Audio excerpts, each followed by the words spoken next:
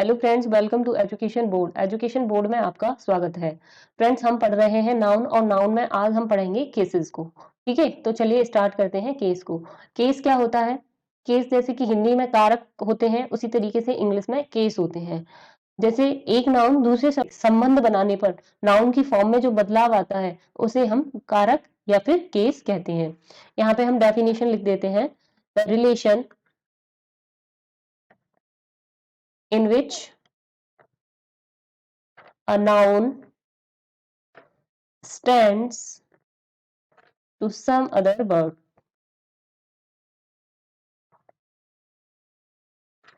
or the change of form by which this relation is indicated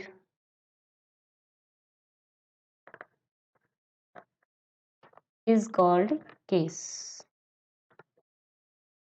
English में case कितने तरीके के होते हैं? इंग्लिश में केस होते हैं 5 टाइप के।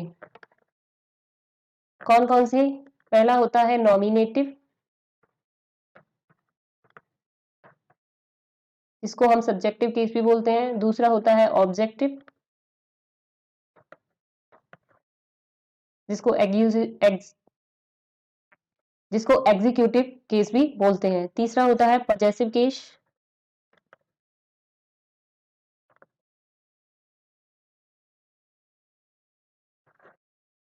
फोर डेटिव और 5 होता है वोकेटिव।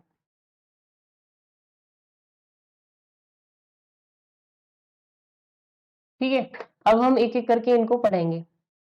सबसे पहले हम देखते हैं नॉमिनेटिव केस को। नॉमिनेटिव केस क्या होता है? नॉमिनेटिव केस क्या होता है कि जब नाउन सब्जेक्ट का काम करे, जब नाउन क्या हो, सब्जेक्ट के काम करे या सब्जेक्ट की तरह यूज हो।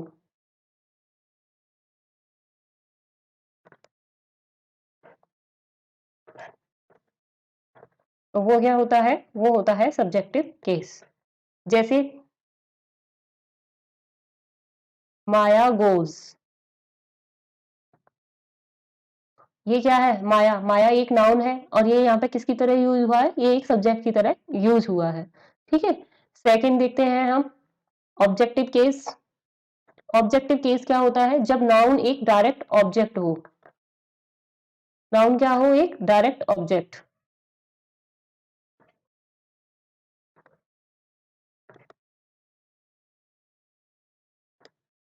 जैसे ही किल्ड अ रैट। यहाँ पे देखिए ये एक डायरेक्ट ऑब्जेक्ट है, इसके बीच में अगर कोई प्रीपोजिशन वगैरह आ जाता तो ये क्या हो जाता? इनडायरेक्ट ऑब्जेक्ट हो जाता। उसने एक चूहे को मारा, तो ये क्या है? एक डायरेक्ट ऑब्जेक्ट है। ये हम आगे पढ़ाएंगे डायरेक्ट और इनडायरेक्ट ऑब्जेक्ट। यहाँ पे आप इतना ही समझिए कि अगर सीधे वर्ब के बाद सीधे अगर कोई ऑब्जेक्ट आता है तो वो होता है डायरेक्ट ऑब्जेक्ट। अगर उसे सहारा देने के लिए यहाँ पे किसी प्रीपोजिशन का यूज किया जाता है तो वो होता है इनडायरेक्ट ऑब्जेक्ट। तीसरा है पजेसिव केस। पजेसिव केस क्या होता है? जब एक नाउन दूसरे नाउन पर अधिकार दिखाए या उससे संबंध बताए तो वो होता है पजेसिव केस। जब नाउन एक और नाउन से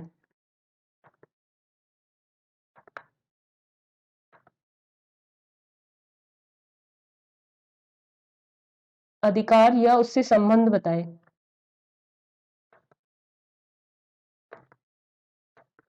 तो वो क्या होता है? हमारा पजेसिव केस होता है।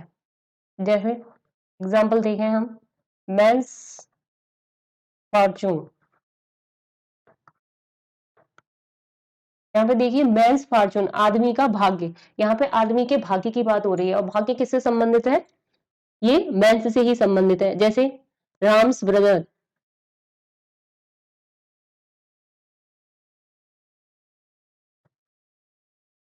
राम का भाई।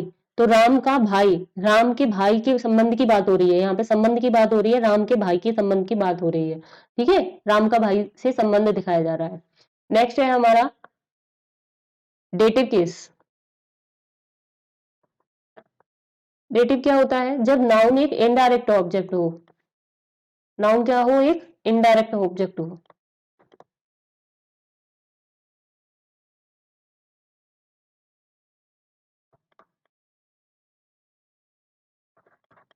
जैसे he gave the man a book. अब देखिए यहाँ पे किसकी ही गेव अ बुक, ये मान लीजिए उसने एक बुक दी। अब किसको दी? एक आदमी को दी, तो ये क्या है? हमारा इनडायरेक्ट ऑब्जेक्ट है। डायरेक्ट ऑब्जेक्ट, इनडायरेक्ट ऑब्जेक्ट कभी भी अकेला नहीं आ सकता, उसको सहारा देने के लिए यहाँ पीछे डायरेक्ट ऑब्जेक्ट जरूर आएगा। ठीक है, ही गेव अ बुक, उसने क्या दिया? एक बुक दी। तो किसको दी? एक आदमी को दी। अगर हम ये बुक नहीं आती तो ये क्या हो जाए? ही गेव द मैन, उसने आदमी दिया।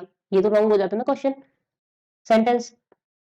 ठीक है, तो यहाँ पे एक डायरेक्ट ऑब्जेक्ट आएगा, उससे पहले एक इनडायरेक्ट ऑब्जेक्ट आएगा। इनडायरेक्ट ऑब्जेक्ट जब भी यूज होगा जब उसको सहारा देने के लिए यहाँ पे डायरेक्ट ऑब्जेक्ट का यूज किया जाएगा। ठीक है, 5 है हमारा वोकेटिव केस। वोकेटिव केस क्या होता है? जब नाउन को संबोधित किया जाए।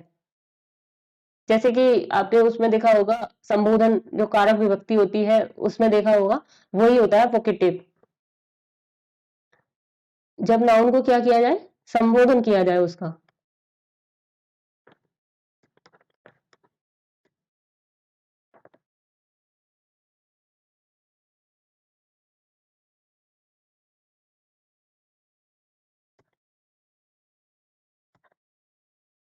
जैसे फादर, फादर को संबोधित किया जा रहा है, आई नीड सम मनी।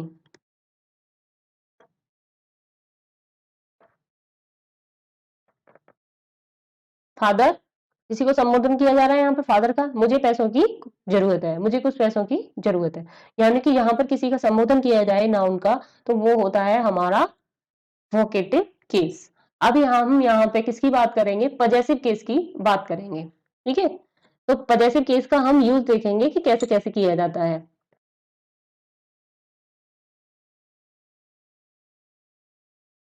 ये देखिए, जैसे मुख्य रूप से क्या होता है कि सिंगुलर सजीव प्रॉपर नाउन के अंत में अपॉस्ट्रोफी एस का प्रयोग करके हम उसका पजेसिव केस बना सकते हैं। जैसे यहाँ पे मैं लिख देती हूँ, सिंगुलर सजीव प्रॉपर नाउन का यूज कर कर हम क्या कर सकते हैं?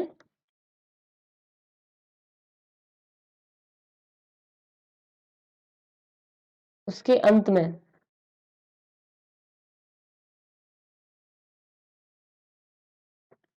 अपॉस्ट्रोफी, अपॉस्ट्रोफी का यूज करके हम उसका पजेसिव बना सकते हैं।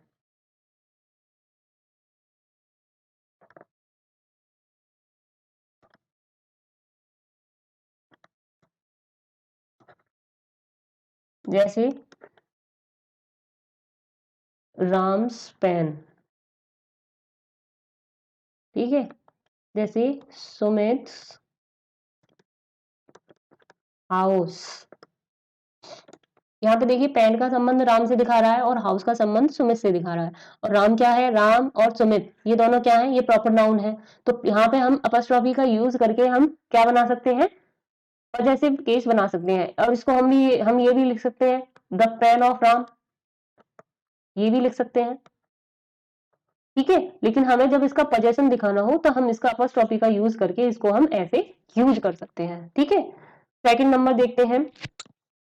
अगर केवल प्लूरल नाउन के अंत में एस का प्रयोग किया जाए और हम केवल अपॉस्ट्रोफी चिन्ह का प्रयोग करके हम उसका अपॉस्ट्रोफी बना सकते हैं। जैसे यहाँ पे पहले हम लिखते हैं प्लूरल फॉर्म, जैसे कि बॉयज हो गया, गर्ल्स हो गया। अगर ये लिखा हुआ है तो हम उसके पीछे एस लगा हुआ है ऑलरेडी, अगर हम इसके पीछे अपॉस्ट्रोफी चिन्ह का ही यूज करेंगे तो हम उसका पजेसिव केस बना सकते हैं।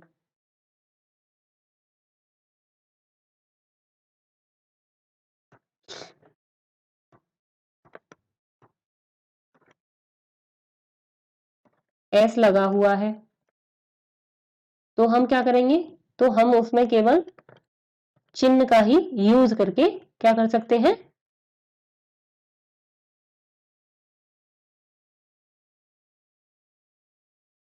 पजेसिव केस बना सकते हैं।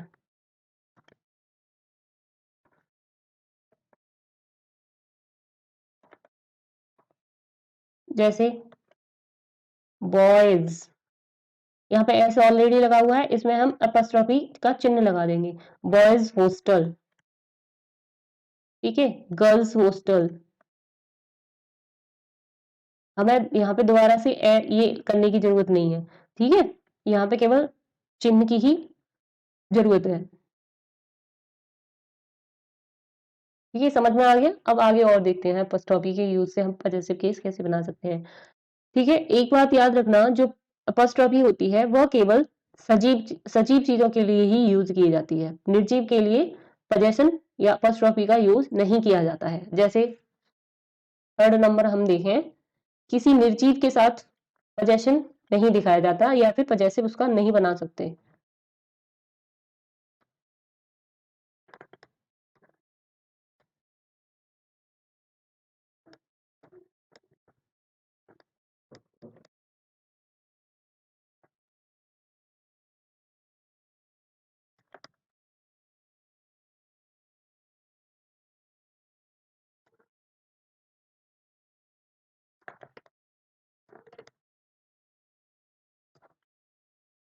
जैसे मोबाइल्स कवर,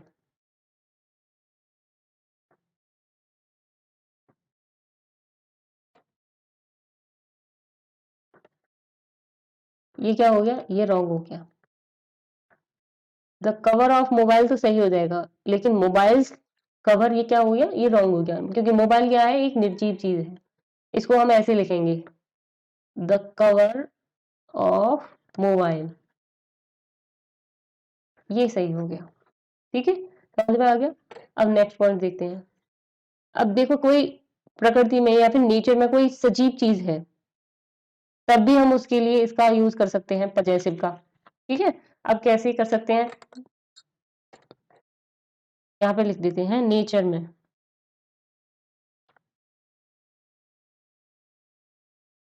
नेचर का प्रयोग हम कैसे कर सकते हैं, सजीव की तरह कर सकते हैं।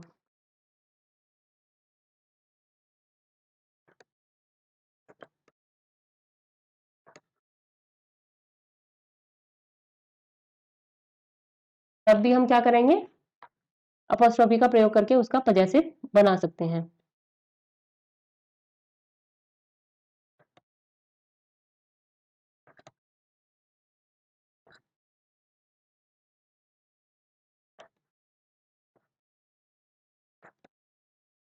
ठीक है, जैसे नेचर्स ब्यूटी,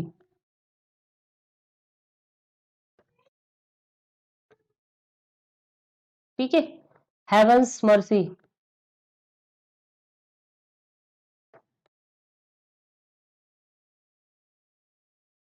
तो ये क्या है, ये नेचर की बातें हो रही हैं, नेचर, हेवन, डेथ, ये सभी क्या है, ये प्रकृति की चीज है, तो इसके लिए भी हम क्या कर सकते हैं, हम अपॉस्ट्रोफी का यूज करके उसका पजेसिव केस बना सकते हैं। अब आगे और देखते हैं, देखो, जैसे समय बताने वाली जो नाउन्स होते हैं ना, उनके लिए भी हम अपॉस्ट्रोफी का यूज कर सकते हैं, जैसे वन डे, टू डे, है ना, इनके लिए, समय बताने वाली नाउन्स के लिए।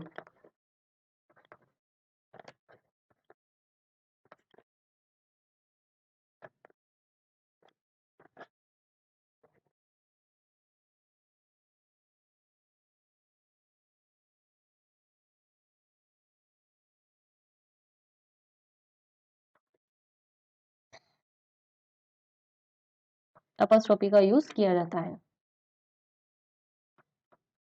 ठीक है, जैसे वन डेज लीव, ठीक है, या फिर हम लिखें 2 days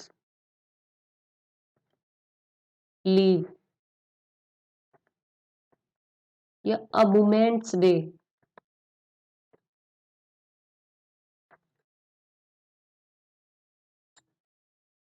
ठीक है, तो ये क्या है, ये सभी टाइम बता रहे हैं हमें, वन डे, 2 डे, है ना, अ वुमेन्स, ये सभी क्या है, नाउन हमें क्या बता रहे हैं, टाइम बता रहे हैं, तो हम इसके लिए भी अपॉस्ट्रोफी का यूज करके उसका पजेसिव केस बना सकते हैं।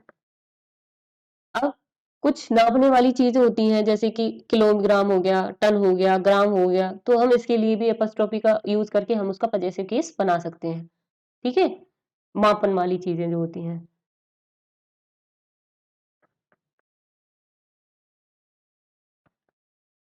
ये निर्जीव होती हैं, मैंने बताया कि निर्जीव के लिए यूज नहीं किया जाता है, लेकिन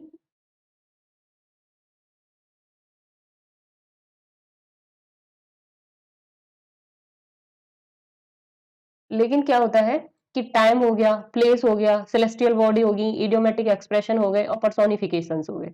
इनके लिए हम क्या करते हैं, इनके लिए हम अपॉस्ट्रोफी का यूज कर सकते हैं। Time, place, celestial body, idiomatic expression और पर्सोनिफिकेशन, यानी कि किसी निर्जीव निर्जीव वस्तु को सजीव मान लिया जाए तो हम क्या करते हैं, उसमें अपॉस्ट्रोफी का यूज कर सकते हैं। ठीक है,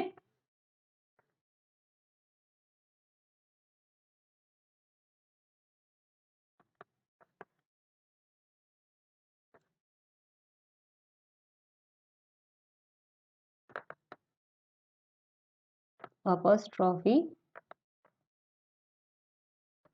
का यूज करके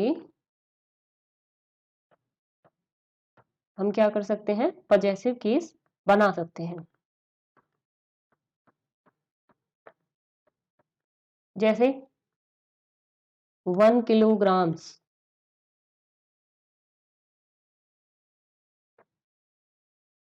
वेट, ठीक है, और टन्स वेट। आई होप यहाँ पे आपके क्लियर होगा। मैंने बताया कि निर्जीव वस्तुओं का अपॉस्ट्रोफी एस नहीं लगा सकते, उसका पजेशन नहीं बना सकते, बट 4 चीजें 5 चीजें ऐसी होती हैं जिनको लिए हम अपॉस्ट्रोफी का यूज कर सकते हैं, जैसे time, place, celestial body, idiomatic expression और पर्सोनिफिकेशन। ठीक है, नेक्स्ट पॉइंट देखते हैं हम, 7 पॉइंट।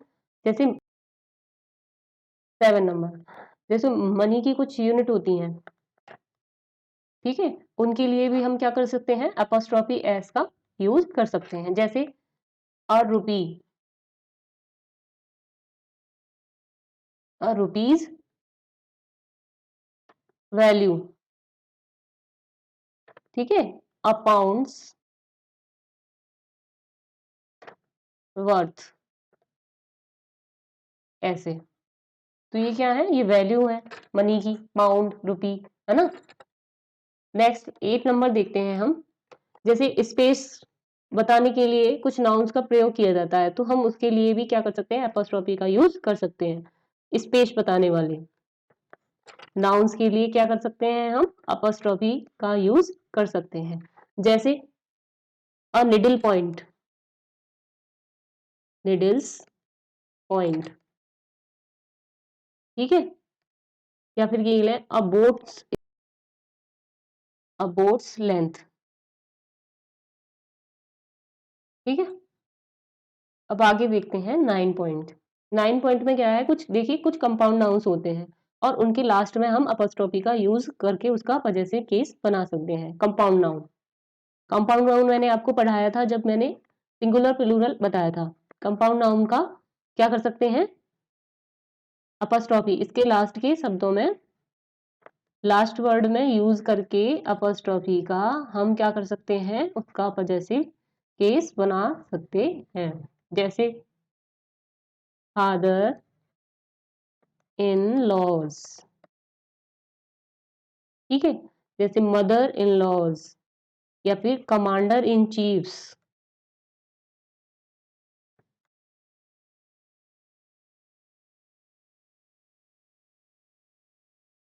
यहाँ पे देखिए लास्ट का जो वर्ड है उसमें एस लगाई जा रही है, ठीक है, अपॉस्ट्रोफी एस लगाई जा रही है, तो कंपाउंड नाउन के लास्ट वर्ड में अपॉस्ट्रोफी का यूज करके हम क्या कर सकते हैं, उसका पजेसिव केस बना सकते हैं। अब लास्ट देखते हैं 10 नंबर। 10 नंबर में क्या है, अगर देखिए जॉइंट पजेशन बतलाने के लिए, जॉइंट पजेशन दिखाने के लिए, जॉइंट पजेशन बताने के लिए हम क्या कर सकते हैं, अपॉस्ट्रोफी का यूज कर सकते हैं और उसका क्या बना सकते हैं, पजेसिव केस बना सकते हैं। जैसे मैंने एग्जांपल दिया, Ram and Shyam's house,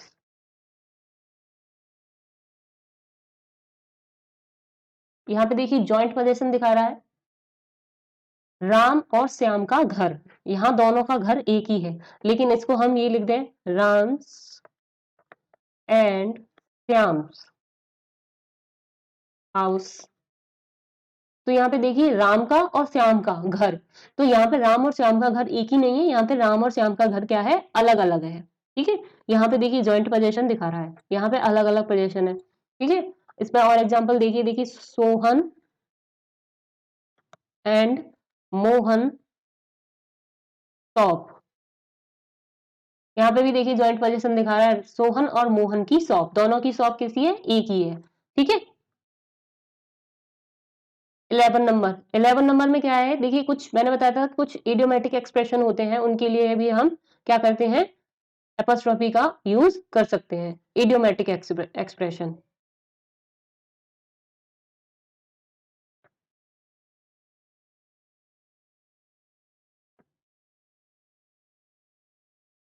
idiomatic expression देखिए, जैसे 10 ships पैसेंजर।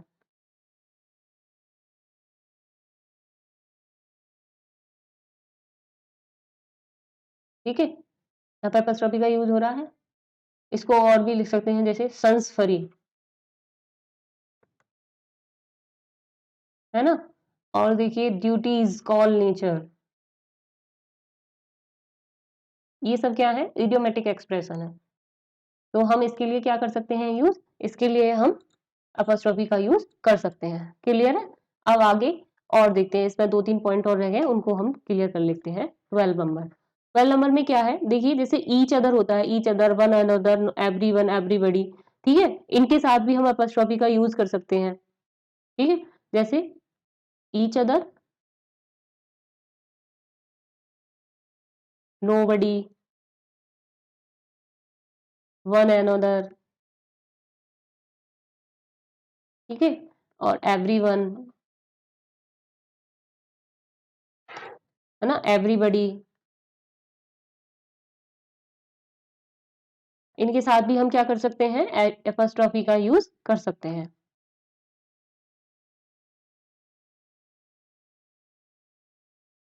ठीक है, जैसे सारिका हैज फाउंड समवन भी आता है इसमें, समवन्स बुक। तो ये हमारा क्या हो गया, यहाँ पे समवन और लिख लेते हैं, समवन्स बुक। तो ये क्या हो गया, ये हमारा सही हो गया। अगर हम यहाँ पे समवन ही लिखते तो ये हमारा हो जाता रॉन्ग। लेकिन जब इनके बाद ये जो नाउन दिए गए हैं, each other, nobody, one another, इनके बाद अगर एल्स का प्रयोग किया जाए तो हम एल्स में ही एपोस्ट्रोफी का यूज करेंगे। जैसे यहाँ पे एग्जांपल देखिए, देखिए we like every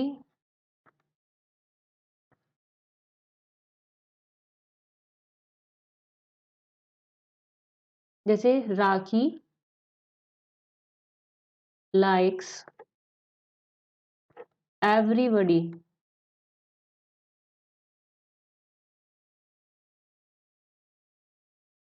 rakhi likes everybody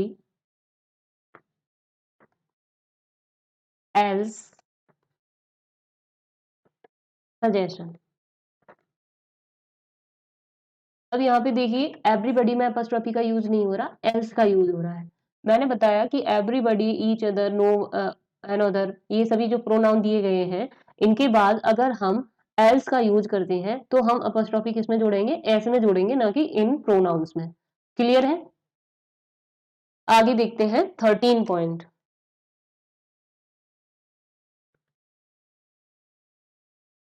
13 point में क्या है कि अगर अराइवल और डिपार्चर से पहले आने वाले नाउन्स के लिए भी साथ भी हम क्या करते हैं, अपॉस्ट्रोफी का यूज करते हैं। अराइवल और डिपार्चर की बात हो रही हो, अराइवल एंड डिपार्चर।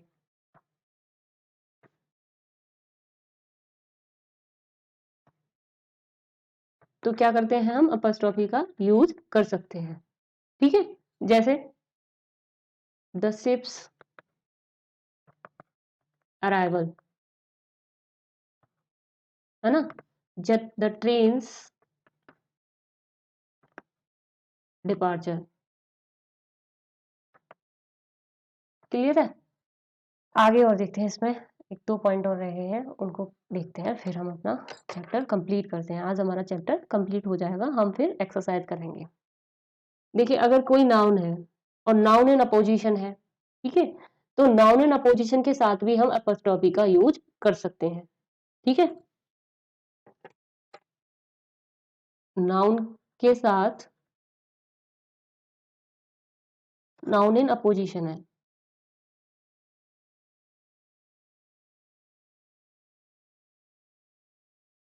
तो हम उसके साथ क्या कर सकते हैं, अपॉस्ट्रोफी का यूज कर सकते हैं। जैसे ही इज संजीव,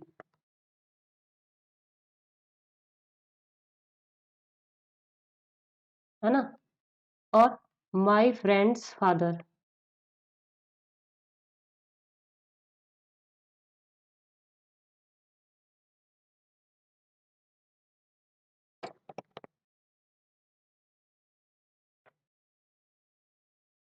है ना, ये भी सही है। उसी तरीके से इसको ऐसे भी लिख सकते हैं, he is my friend Sanjeev's father.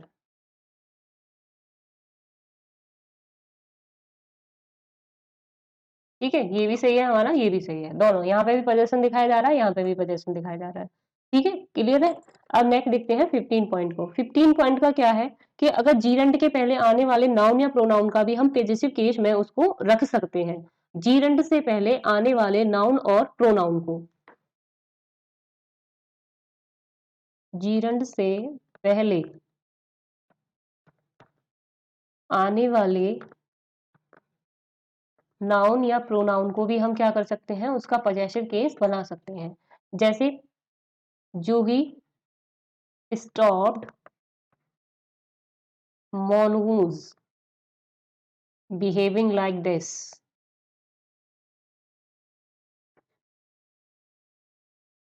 ठीक है, क्लियर है। यहाँ पे देखिए ये जीरंड है, जीरंड से पहले ये नाउन दिए गए हैं, तो हम इनका भी पजेसिव केस बना सकते हैं।